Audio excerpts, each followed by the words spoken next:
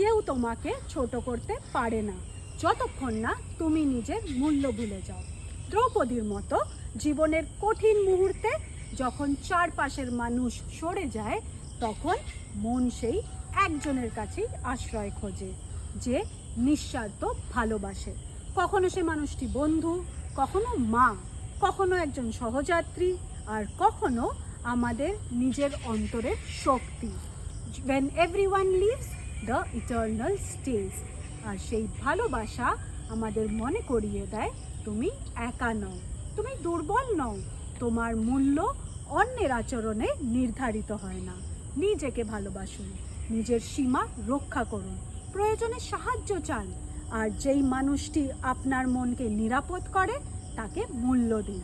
অর্থবা শান্তিবানা believes mental wellness begins when love for others is balanced with love and respect for the self.